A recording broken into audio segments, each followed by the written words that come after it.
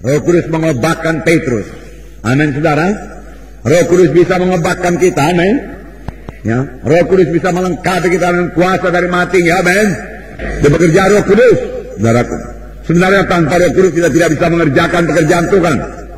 Karena firman Tuhan berkata, bukan oleh kuat, bukan oleh gagah, tapi oleh Rohku juga itu akan jadi. Roh Kudus, saudaraku, berkuasa dan mau mengobatkan saudara, mengobatkan saya menjadi saksi yang berkuasa, menjadi saksi yang berani, saudaraku. Itu adalah pekerja Roh Kudus dalam orang percaya. Untuk itulah dia diberikan. Amin, saudaraku. Karena penakut, saudaraku, bukan daripada Tuhan, saudara. Kita membaca apa yang jadi kepada Petrus. Orang-orang heran lihat perubahan yang terjadi kepada Petrus. Biarlah orang-orang heran melihat perubahan yang terjadi kepada saudara. Kisah Rasul pasal 4. Kisah para Rasul pasal 4.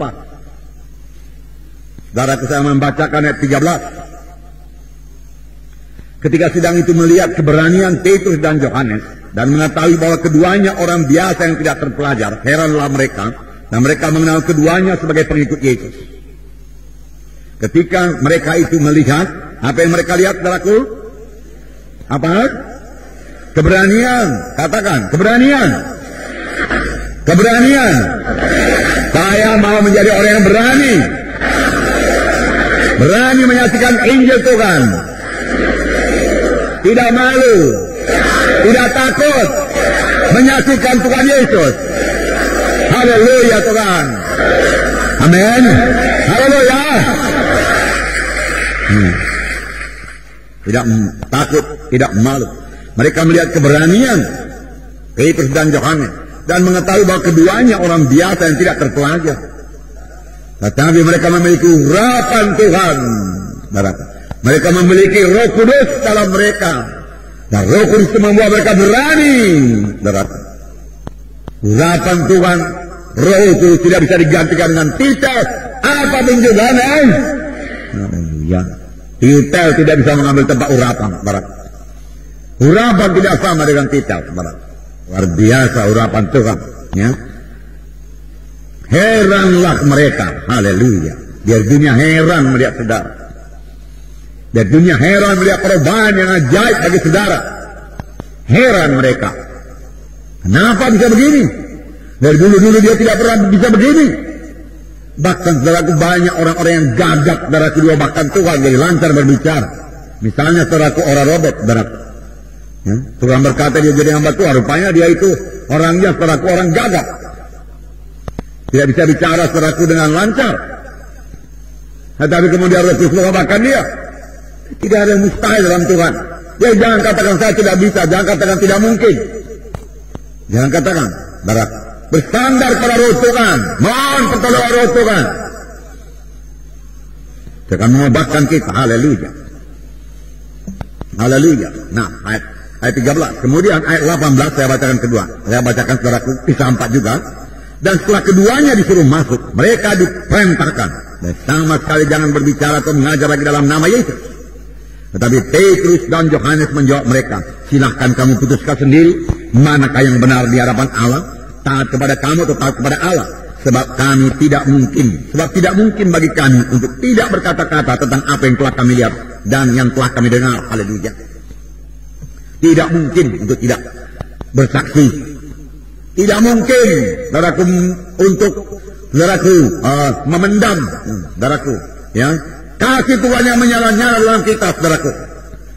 Tidak mungkin untuk mendiamkan, saudaraku, berkat keselamatan yang luar biasa yang diberikan Tuhan bagi kita.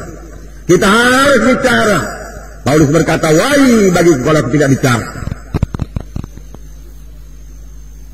Luar biasa itu, saudara. Kasih Tuhan tersebut, saudara. Kemudian mereka berdoa lagi. Ayat 31. Dan ketika mereka sedang berdoa, goyanglah tempat mereka berkumpul itu, dan mereka semua penuh dengan Roh Kudus. Lalu mereka memberitakan firman Allah dengan berani. Mereka semua penuh dengan Roh Kudus. Lalu mereka memberitakan firman Allah dengan berani. Jadi penuh dengan Roh Kudus dihubungkan dengan memberitakan firman Allah dengan berani. Penuh dengan Roh Kudus, lalu mereka memberitakan firman Allah dengan berani. Ayat 33. Dan dengan kuasa yang besar rasul-rasul memberi kesaksian tentang kebangkitan Tuhan Yesus, dan mereka semua hidup dalam kasih karunia yang melimpah-limpah dengan kuasa yang besar. bukan kuasa yang kecil. Roh Kudus memiliki kuasa yang besar, amin saudara. Ya, biarlah kita percaya dengan kuasa yang besar. Rasul-rasul memberi kesaksian tentang kebangkitan Tuhan Yesus. Yesus hidup, dia katakan untuk kebangkitan Tuhan Yesus. Yesus bangkit dari kematian. Yesus yang kamu salibkan itu dibangkitkan Tuhan dari kematian. Dia hidup, dia berkuasa, dia tidak berubah. Dia katakan. Kalau dahulu dia menyembuhkan, hari dia menyembuhkan. Dahulu dia mengasihi jiwa-jiwa yang berdosa, hari dia mengasihi jiwa-jiwa yang berdosa. Ini berita mereka, saudara, Tuhan Yesus tidak berubah. Dahulu dia menyambut jiwa-jiwa, hari ini dia tidak menolak seorang pun yang datang kepadanya. Firman Tuhan berkata, saudaraku, tetapi siapa yang mengatakan demikian? Siapa yang memberitakan ini semua? Kita, saudara dan saya, saudara. Itu sebabnya, saudara. Apa yang saya katakan ini, jadi berani ini, harus jadi lebih dahulu kepada saudara-saudara. Amin. Sebab, saudaraku, saudaralah jadi contoh. Saudara jadi teladan. Dan pelayanan saudara bukan hanya berkhidmat dalam KKR.